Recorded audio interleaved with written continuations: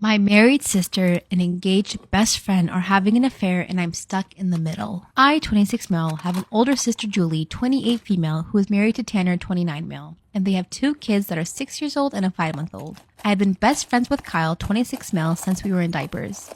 Kyle is engaged to Kathy, 28 female, and have a wedding date set in November. Kathy and Julie went to high school together and have been close friends for years. We all live in a town with less than 2,000 people that live here. 2 weeks ago, I was out with Tanner getting lunch before heading back to work when Tanner started to swear while looking at his phone. He showed me the phone, and while looking on his baby camera app, Tanner saw Julie and Kyle kissing and getting intimate. Tanner started yelling at me, asking if I knew about it. Where I was in shock and told him no. Tanner started taking screenshots of the images and said he was going home for the day. That night, he ended up confronting his wife, my sister Julie, and she admitted to having an affair with Kyle, my best friend, for months. Kathy was out of town that night, but Tanner called her to tell her what was going on. Kathy came back the next day and immediately called off the wedding and kicked Kyle out of the house. Tanner took the same route and also kicked Julie to leave the house so he could think about how to go about separating while also keeping the children in mind. A few days later, Julie and Kyle decided to move out of our town into a town 20 minutes away and rent an apartment together. 2 days ago, I helped to move them in and I'm getting a lot of heat from Tanner and Kathy. Kyle is my best friend and Julie is my sister, and I know what they did was wrong, but I also know that they don't have a lot of support at the moment and they both are family to me. This takes us to today. Tanner is now telling me that I am not allowed to see my niece and nephew since I decided cheaters are more important than him. I also lost my job today where Tanner was my boss. I'm stuck in the middle where my best friend and sister were the ones who had the affair, but Kathy has become like family as well as Tanner and my niece and nephew. I am stuck in the middle of the family drama as I am the single one of our now broken friend group of 5. So I met a man in 2020. He was a good man. I love that man. He was totally my type, everything that I was looking for in a partner. So when we met, things were going good. And I'd say we got to about the third date before he ghosted me for like a whole week. He then hits me up and he's like, hey, I am so sorry. I've had a lot going on. I really want you to come over to my house. I want to make this up to you. I want to go out. Just come over. So of course I go because this is the man of my dreams. And I know he's not just going to do me wrong. Life is busy, of course. So I get to his home. This man's entire face is wrapped up. I'm talking about like from here to here. There's tape all around. I'm like, what happened to you? He's like, oh, I had surgery on my sinuses. And, he's like, I'm not feeling well. I'm like, okay, then why the hell you call me over? So anyways, I'm like, okay, like, do you need me to do anything? He's like, well, I need you to open the door. My friend is here.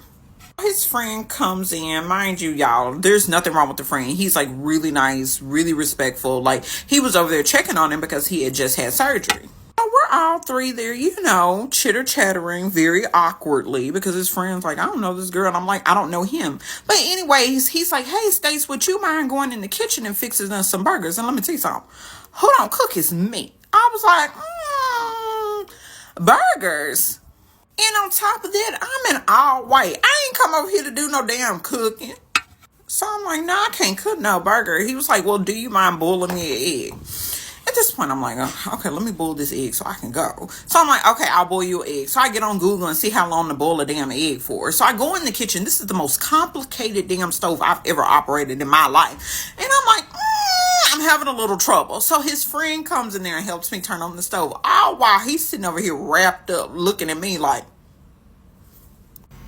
So the eggs have boiled and I give him the eggs and his friend was like, oh, I'm getting ready to go. And I'm like, hell yeah, I'm going to go with you, homeboy. And he's like, Stacey, would you mind staying? I'm like, okay, because again, I'm not trying to show out in front of this man company. His friend leaves. He's like, what type of woman don't know how to cook a burger? You've embarrassed me. I was like, hey, homeboy, I didn't know I was coming over here to cook a meal because I could have ordered something. Like, I'm real good at ordering. He was like, I am extremely embarrassed. I'm like, okay, this is getting a little intense. I'm about to go. I'm like, I'm leaving. I don't have time for this. I'm gone. And at this point, he stands up and he's like, no, I demand you to stay. I can tell you've never dated an alpha male. You don't know how to treat an alpha male. I was like, all right, okay, cool, bye. I'll own it. Y'all, this man's face is bleeding profusely. There is like blood just running down his face, on his shirt. And I'm like, I'm like, hey, he's like, shut up. I'm like, all right, you gonna campaign for the Lord to come get you? Who am I to deny you the election? So at this point, he faints and he falls back into like a little chair. Like, I think he was being dramatic, but whatever. So he falls back and I'm like, I'm not gonna touch him because again, I'm in white and this was a beautiful white dress and I'm not about to mess up no white dress for somebody who disrespected me. In high intensity situations, I find myself like I have a delay reaction to everything, so I'm just standing there waiting for him to come to. When this dude comes to, he was like, would you mind running to Chipotle for me? I'm starving. I was like, okay, I'll go to Chipotle for you. He gives me his debit card and I go to my car and I'm like, you know what? I was disrespected. So I put the debit card on top of his mailbox. I backed out of the driveway. I left and I was back over there 2 weeks later. Yep, sure in the hell was. Found out he was polygamous. But that's how that story ends. My boyfriend got the girl he told me not to worry about pregnant. I just found out I'm pregnant too. Story time. But me and my fiance, Steve, have been together for just over 3 years. And of course, I love this man more than anything. Steve has no idea that I am pregnant. I was going to tell him on his birthday, which is next month. You know, I wanted to surprise him. Until I found out there was something going on with this other girl. There was no normal signs. There was no decline in our relationship. It was like one day a switch just flipped in him and he was a completely different person. So we went around to a friend's house a few weeks ago and I noticed he was being really, really distant. I just like chalked it up to him being tired. These past 2 weeks, he hasn't even so much as looked at me. So on Friday, I went out to visit my sister. She lives in a different town. Actually decided to come home a few days early because I felt sick from being pregnant and I hadn't told my sister, so I just wanted to keep it to myself. Now, the worst part of all of this is that he was actually supposed to come with me. But he said that he had to stay behind because of this project he's working on. I've put too much of this on. Whoops. So I get home, I walk in and I go straight to the kitchen. I notice that there is 2 plates on the table with half-eaten food, a bottle of wine and 2 like candlesticks like these, which have obviously had burnt candles in. It's all looking a little romantic for my liking. So when I got to the bedroom, I noticed that all of the sheets were all ruffled up and there was a pair of women's shoes by the door. His pants were also in the hallway. It was obviously a quick take them off situation. So careless. If you think that's bad, it's a whole lot worse. I tried calling him, I tried texting him, but just nothing was going through. I actually realised when I texted him that he blocked me. The worst part is that I'd been really, really suspicious of this girl, and he had over and over again said, oh, don't worry, she's got a boyfriend, she just works in a different department, never gonna see her. She had in fact left her lanyard on my bedside table. He told me not to worry about her time and time again. After this, I thought I'm going to bring his family into it, like I'll knock him down a few pegs. So I called his sister because I've always had a really, really good relationship with her. And this motherfucker was giving me attitude. Excuse me, Stacey. I didn't realise you were a part of our relationship, Horton. Anyway, she's screaming at me down the phone and I thought, God, this girl just isn't going to get why I'm so wound up. So I screamed over the top of her, I'm pregnant.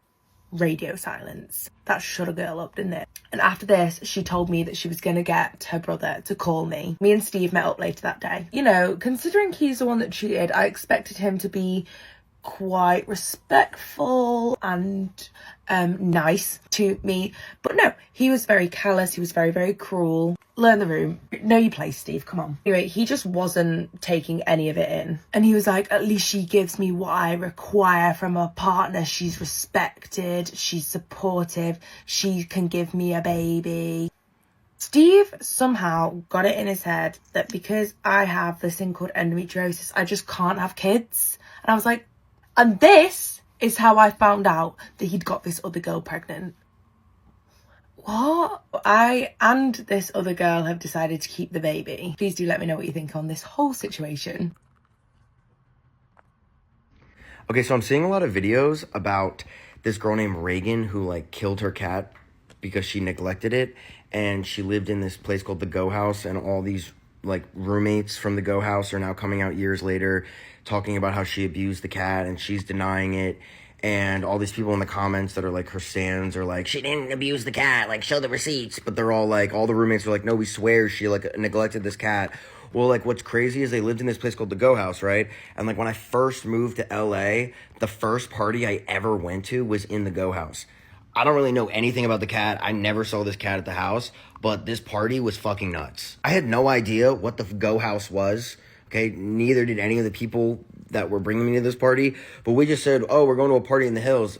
We showed up to this house. This house was like, I swear it felt like it was 10 stories tall. I think it was like 3 stories tall or some shit. It looked like a massive, like, Apple store. Like, the whole house was like glass. There was an elevator in the house.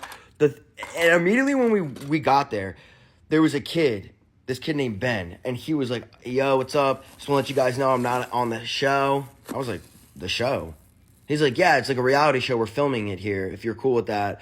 I'm just like the house manager or something. I'm like, but he looked like he was like 18 years old, okay? I'm like, all right, can we come into the party? He's like, yeah, what do you guys do? The kids I were with were rappers. I was a nobody. I'm just a stand-up comic. They lied and they were like, oh, he's our manager, just trying to be funny. And he totally bought it. The kid Ben was like, okay, cool. So we go into this party. There's a shit ton of people. I felt like there was like 1,000 people there. There was this one couple, forgetting her name, she had a lot of freckles, the girl. They ended up breaking up, and I think she exposed the boyfriend for like cheating on her. He had the craziest groomed eyebrows I've ever seen on a straight guy, okay? This guy's eyebrows looked like they were Sharpied on, like so perfect with a stencil.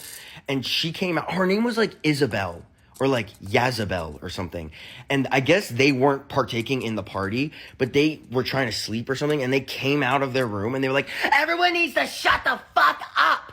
We're trying to sleep. Shut the fuck up. I was like, okay, within the first like 20 minutes of being in this party, this shit is already happening. There must have been all this sponsorships for this house and this show, because there was all this shit laying all over the house, like a ping pong table, a Razor scooter, a basketball net, Fitbit pinball machine. Like, what? Where am I? And then this one kid came in, he had massive headphones on. I'm like, why do you have headphones on at a party that's blasting music? And he's like, oh, I'm the guy that invented like the fake running. Right? Okay. 10 minutes later, he comes into another room and he's like, whose dick am I sucking tonight? Everyone was like, what? So that was that kid. But yeah, like, I never saw any cat. I did see the Reagan girl there, though, but I didn't see any cats or any animals. But it definitely didn't look like a place where you would want to live if you were a pet. I mean, it looked like a bunch of teenagers were living there that were millionaires, which was the case. I don't think they were millionaires, but like they all were making a shit ton of money off of social media and they all had millions of followers. And like they were just, obviously it was clear like they were given a shit ton of money to just throw parties. And the kid that was like the house manager named Ben ended up being really cool. I ended up going up to him and I was like, yo, like I'm trying to be a TikToker, like I'm trying to make TikToks, like how do I get into it? And he like gave me a lot of advice. The long-awaited story time of How I Met My Fiance. This is going to be a long story, so buckle in. So in October 2021, my first engagement of 3 years ended. It was a very hard time for me because I had planned my life with this person. We had booked our wedding hall, like our wedding was going to be in a few months, and it was just a very hard heartbreak. I had a trip planned for December to go to Egypt and then to go to Turkey to get my wedding dress. Obviously, I didn't need a wedding dress anymore, so I canceled the Turkey flight and I was like, you know what, I'm just going to go to Egypt, get a change of scenery because I've been super down in the dumps. A month before I was supposed to go down to Egypt, there was a ban in Canada of the countries that you can go to because of COVID, and one of those countries was Egypt, so all flights to Egypt were canceled. So 2 days before my flight was supposed to go, but it didn't, they lifted the ban. So my mom and I rushed. We're like, hey, let's still go. We rushed, we got a PCR test within the hour, and we were on a flight the next day. So I get to Egypt, my best friend is there at the time, and I got one of my other friends to meet me there. A few days into the trip, my mom tells me, she's like, oh, like our family friends are going to Suma Bay, which is like a place like a few hours away, like where it's a beach and a resort. She's like, do you want to come? And I asked my friends and we were kind of just like, nah, we'll just stay in Cairo. The weather wasn't the best because it was December, so we wouldn't really be swimming. So we're like, nah, we'll just stay in Cairo. The night before we were thinking about it and we're like, you know what? why don't we just get a change of scenery? And my mom didn't want to go alone because it was like a 6-hour drive away. So we're like, okay, fine, we'll go. So we get to the resort and I see my family friends there and his entire extended family is there, like all his cousins, aunts, and uncles.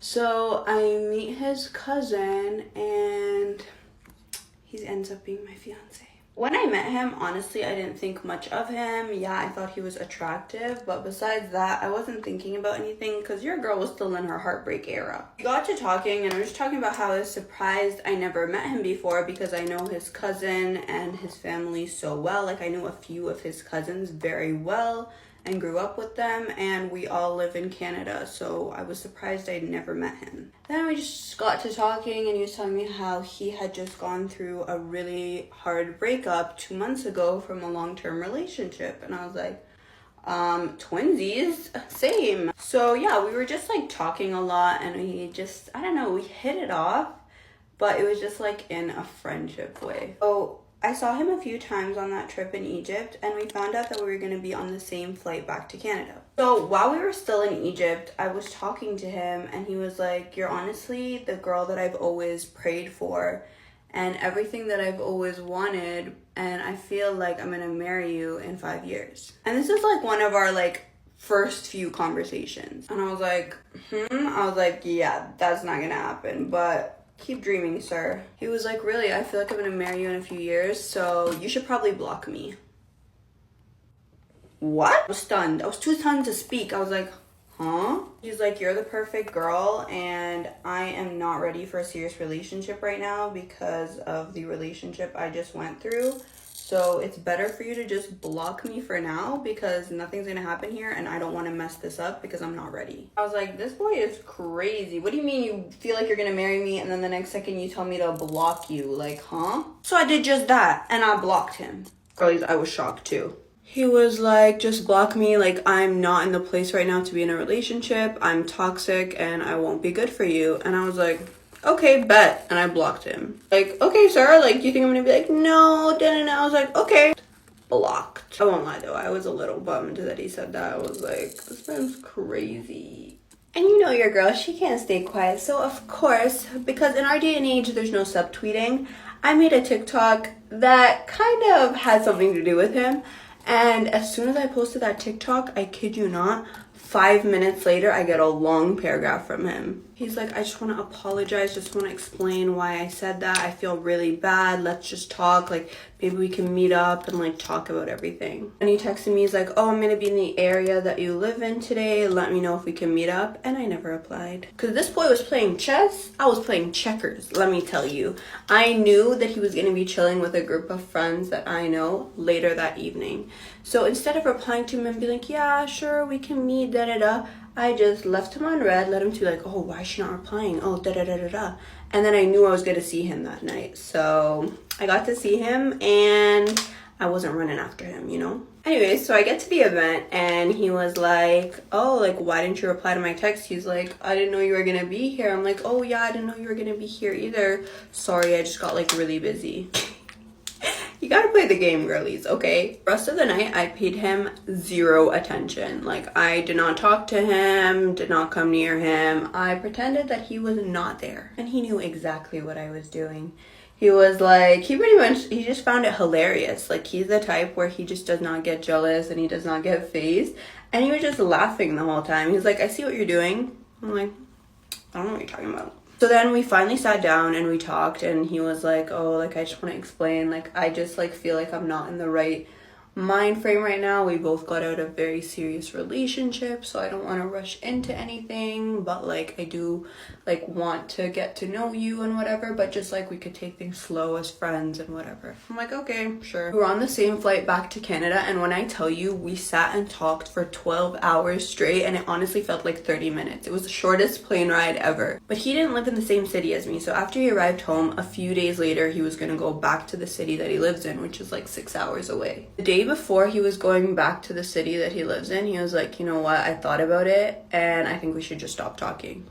He told me that we should probably stop talking because he's going back to his city and he kind of just wants to focus on himself. So I was like, okay, fine, but don't be coming in and out of my life because I don't have time for that and I'm not gonna be doing that. So, okay, no problem, but don't talk to me. And I did just that. We stopped talking, we didn't talk for a few weeks, and then I found out that somebody in his family had passed and I felt really bad and upset. And I reached out to him. I was like, if you need anything, like, I'm really sorry for your loss. He was like, I really appreciate it. He was like, honestly, you were the one person that I wished would text me. And I looked at my phone and you had texted me and I was really happy to see that. So we got to talking again and we were talking all the time. It's just like, it was like we were best friends. We just got to talking all the time and he like just really needed the support because it was a really hard loss for him. So I tried to be there for him as best that I could. After some time, I was just like, Maddie, why are you talking to this person? Like, you're getting attached to somebody that you can't be with. So like, why are you wasting your time? So I slowly started to distance myself and just focus on myself. And then I met somebody. I started to get to know this guy. He was super nice and he was just like a really nice guy. So I was getting to know him. And when things got more serious, I let my current fiance now know. I was like, I can't talk to you anymore. I'm getting to know somebody for the purpose of marriage and it would just be disrespectful if I spoke to you.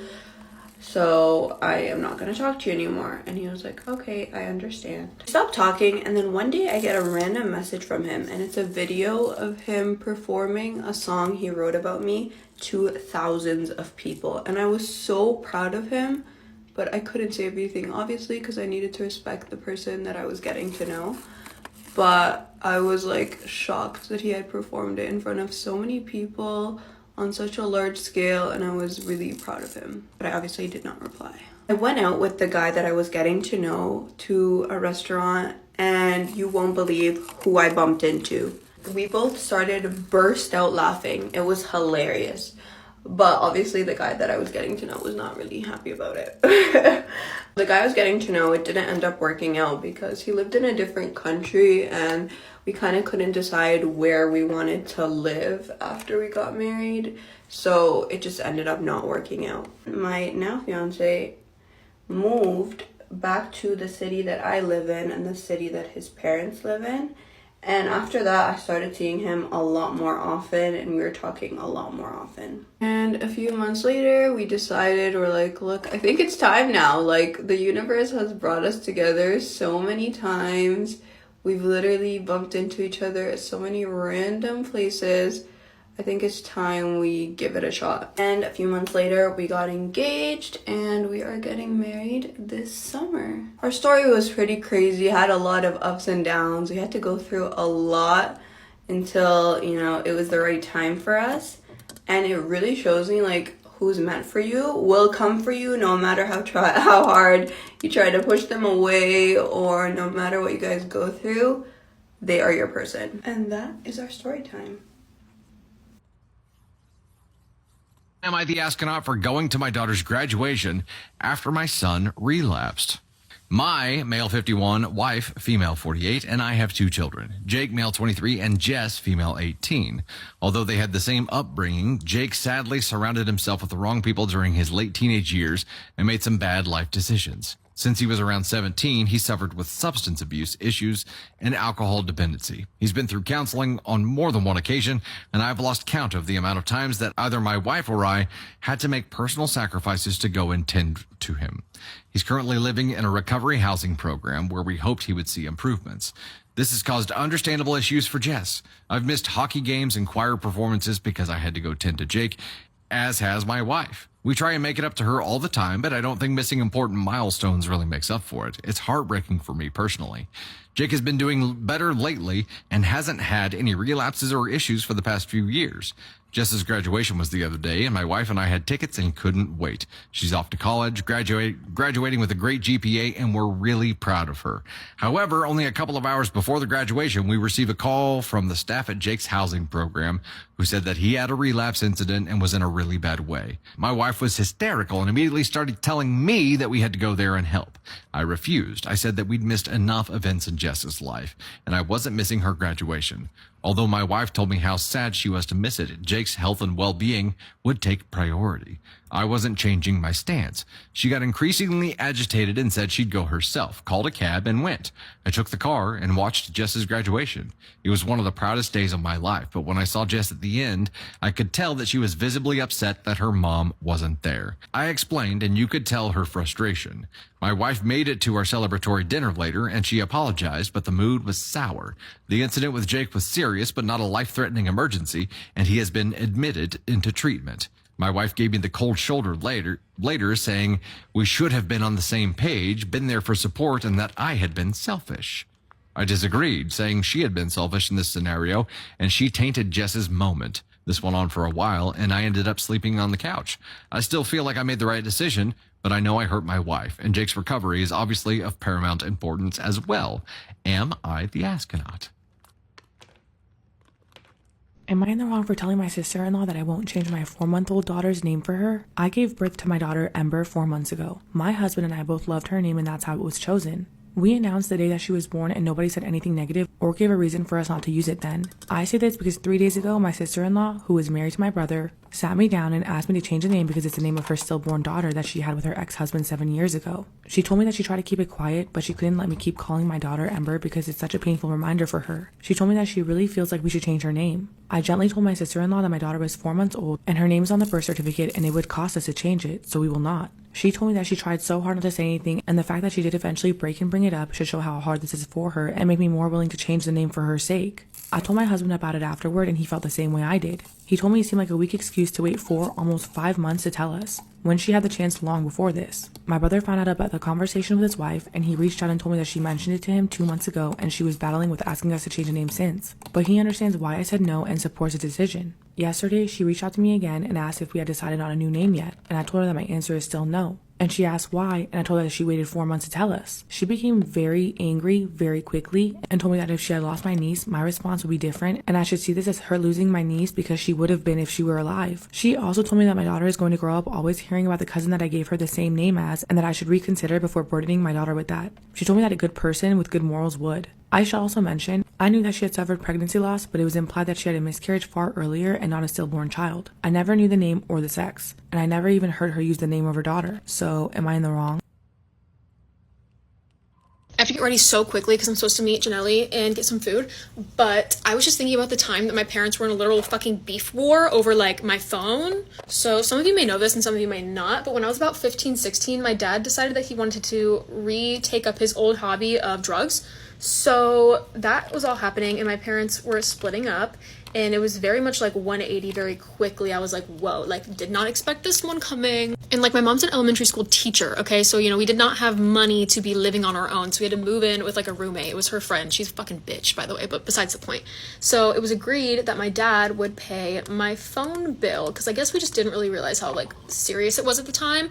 And so this man literally just stopped paying my phone bill one day. Like my phone just stopped working. And which was very, you know, I was 16. I had dance practice, I had school, I had like all of these, like I needed a phone. So I ended up one of those people that only had a phone that worked when you had Wi-Fi. And I was like, this is literally ghetto and embarrassing. I was like, okay, what the fuck? I mean, honestly, I didn't really, it wasn't that bad. But it was fucking annoying because people would be like, oh, can I borrow your phone? Or like, oh, can I do this? Or like, I would have to like borrow people's phones. Or I would be like, hey, can you like turn on your hotspot? Like, I felt so bad. It was so fucking irritating. And so I would ask my mom, I'd be like, hey, like, so have you talked to my dad? Like, is he gonna, you know? And then she'd just be like, oh yeah, no, I told him, like every time. Bro was not paying that shit. I went without that shit for I think like over a year at one point because I would ask my mom all the time. I'd be like, can you please just pay it? Like, can you please? Like, I didn't have a job yet also because I was 15. I think I was 15 and I didn't have a car and my mom didn't want me to get a job, but she was basically just like, no, like that's your father's responsibility. Like, I'm not paying it. I was like, okay. I was like, what the fuck? I was like, please. And I had really not been seeing my father like at all at this point, but one day we like randomly went out for lunch. Like he asked me for lunch and it was super fucking awkward because I was like, I don't even know the man before me right now because, you know, he's on drugs. But when he went to pay, he opened up his wallet, fat stack of cash in that motherfucker. Actually, I think I still have a picture of when this happened. Oh my God, I do. I'm pretty sure that I asked him about it at lunch too, and he was like, oh yeah, I'm gonna do it. Classic fucking dad thing. Yeah, I'm gonna do that, and never fucking does it. Then I'm pretty sure like my dad went to jail or something, and then like I don't even know what happened, but yeah, I was that person for an entire year where like my phone just like didn't work, and that was like super normal for me. And it was just, that's so strange to think about. Because when I woke up on my birthday and my old phone plan had ended and my phone just didn't work, I was literally, the first thing I did, I went right down to T-Mobile, if you guys remember. Like, I don't know how I managed it back then. My mom ended up dating this guy. What the hell? My mom ended up dating this guy that never had kids and had a good paying job and like quite a bit of money. So he ended up buying me a phone for Christmas, and then my mom just started paying my phone bill until I was 16, had a car, had a job. Irritating thing to go through at the time, but definitely humbling. Like, should I have had to go through those things at 15, 16? No, but it definitely made me more grateful for things now. A little bit of